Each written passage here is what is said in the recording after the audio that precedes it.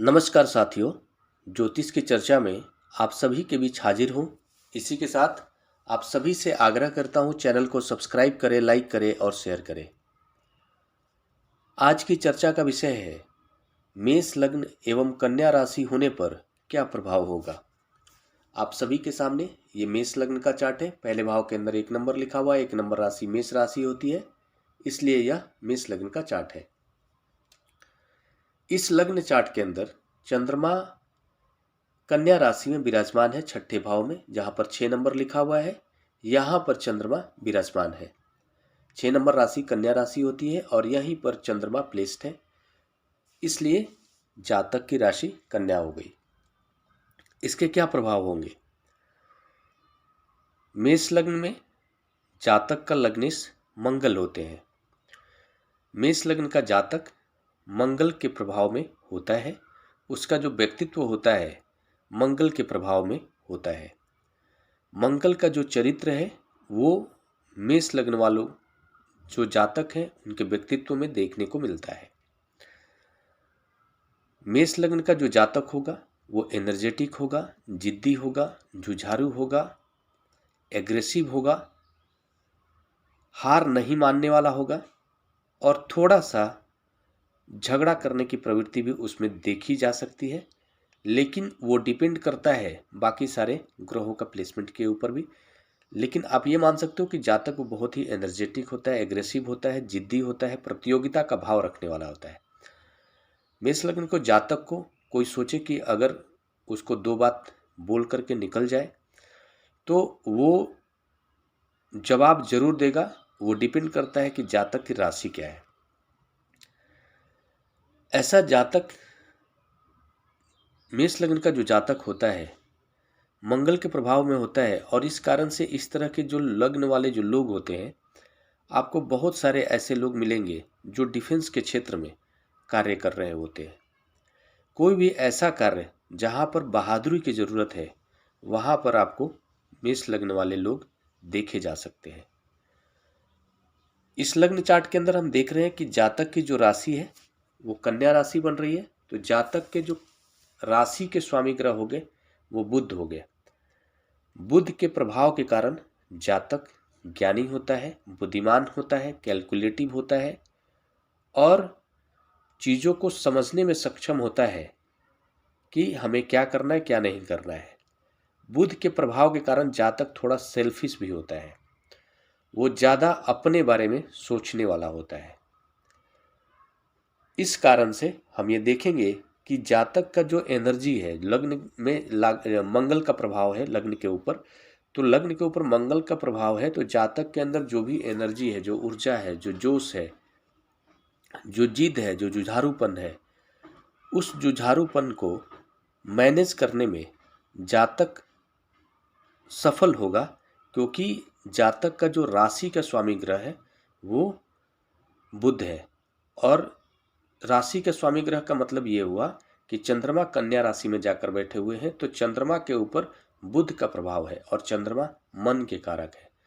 तो मन के रिएक्शन के अकॉर्डिंग ही तो कोई भी जातक प्रतिक्रिया देता है। तो इसके अकॉर्डिंग हम ये देखेंगे कि जातक इस एनर्जी को प्रबंधित करने में सक्षम होगा। गुस्सा अगर आएगा भी तो वो ये देखेगा कि मेरा गुस्सा करना कितना फायदेमंद हो सकता है या कितना नुकसानदेह हो सकता है, उसके अकॉर्डिंग ही वो रिएक्ट करेगा। लेकिन ऐसे कंडीशन में ये भी आप मान सकते हैं कि ऐसा जातक कभी भी बख्शेगा नहीं उसको बुद्धि के अकॉर्डिंग उसका रिप्लाई देगा। जैसे अगर कोई उसको कोई खरा-खोटी सुना कर चला जाए तो उसको बहुत ही दिमाग के तहत उसको छोड़ेगा नहीं, जहाँ भी मौका मिलेगा उसको जवाब ज़रूर देगा और उसको हो सकता है कि भारी जवाब दे, वो अलग तरीके से जवाब दे जिसका उस जातक को बहुत सारा नुकसान भी हो सकता है। यहाँ पर हमें ये देखना होगा कि जातक का जो राशि के स्वामी ग्रह है वो कहाँ पर जाकर प्लेस्ड है। जैसे उदाहरण के तौर पर आप ये मान लो कि जातक का लग्नेश अगर मान लो कर्म भाव के अंदर आकर बैठ जाए तो मंगल उच्च के हो जाएंगे और राशि के स्वामी ग्रह बुध इसी भाव में जाकर बैठे हो जहाँ पर चंद्रमा बैठे हुए हैं, छठे घर के अंदर ही विराजमान हो तो बुध उच्च के हो जाएंगे। ऐसे कंडीशन में क्या परिस्थितियाँ होगी। जातक बहुत ज़्यादा एनर्जेटिक होगा, बहुत ज़्यादा जिद्दी हो जाएगा। ऐसा जातक डिफेंस से जुड़ा हुआ कोई कार्य कर सकता है, और ऐसे जातक, मैं ये मान सकता हूँ कि ऐसे जातक को हराना बहुत मुश्किल हो जाएगा, क्योंकि व्यक्तित्व के अंदर एक विशेष ताकत आ गई।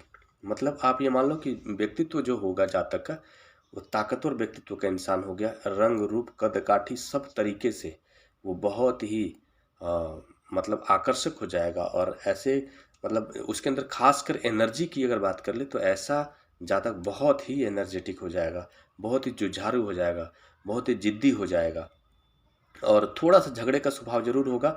और इसके अकॉर्डिंग हम ये भी देखेंगे कि इस कंडीशन में जातक से अगर कोई भी झगड़ा करेगा तो उसको जीतना बहुत ही मुश्किल होगा।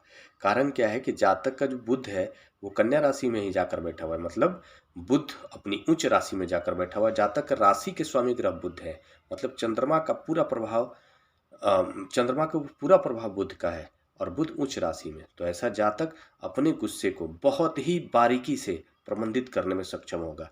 और ऐसा जातक अगर डिफेंस से जुड़ा हुआ कोई कार्य करता है तो वो किसी भी मिशन को अगर वो करेगा, जैसे अगर युद्ध में बहुत सारी आपको बुद्धि की आवश्यकता होती है, उसमें स्ट्रेटजी बनाई जाती है कि किस तरीके से हम दुश्मन के ऊपर अटैक करें ताकि जो है कि विजय हासिल हो। ऐसे कंडीशन में इस तरह का अगर किसी जातक का लग्न चार्ट है तो बहुत ही अच्छा अपनी भूमिका वो दे सकता है एज ए कमांडर के तौर पर।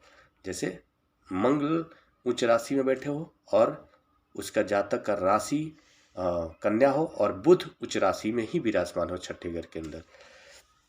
ऐसा जातक आप ये मान लो कि उससे जीतना बहुत ही मुश्किल होगा।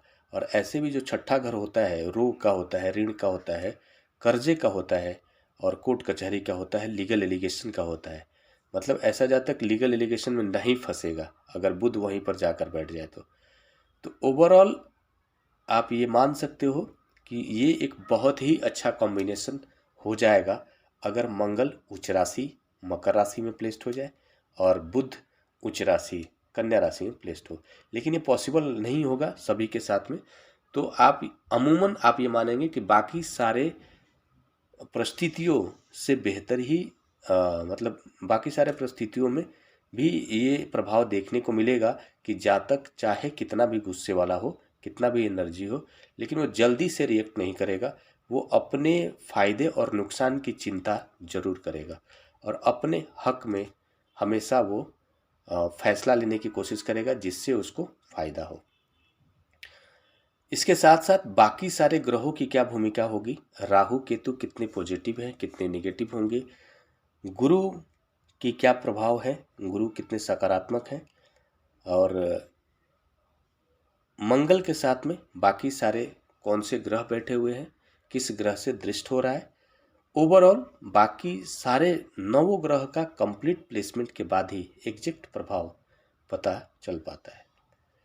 आप ये मूल रूप से आप ये समझ सकते हैं कि मेष लग्न का जातक है और कन्या राशि है तो ऐसा जातक का व्यक्तित्व तो मंगल के प्रभाव में होता है और दूसरे लग्नों की अपेक्षा इनके अंदर एनर्जी, जोश, ऊर्जा, जुझारूपन ज़्यादा होता है और अपने इस एनर्जी को प्रबंधित करने में ये लोग सक्षम होते हैं।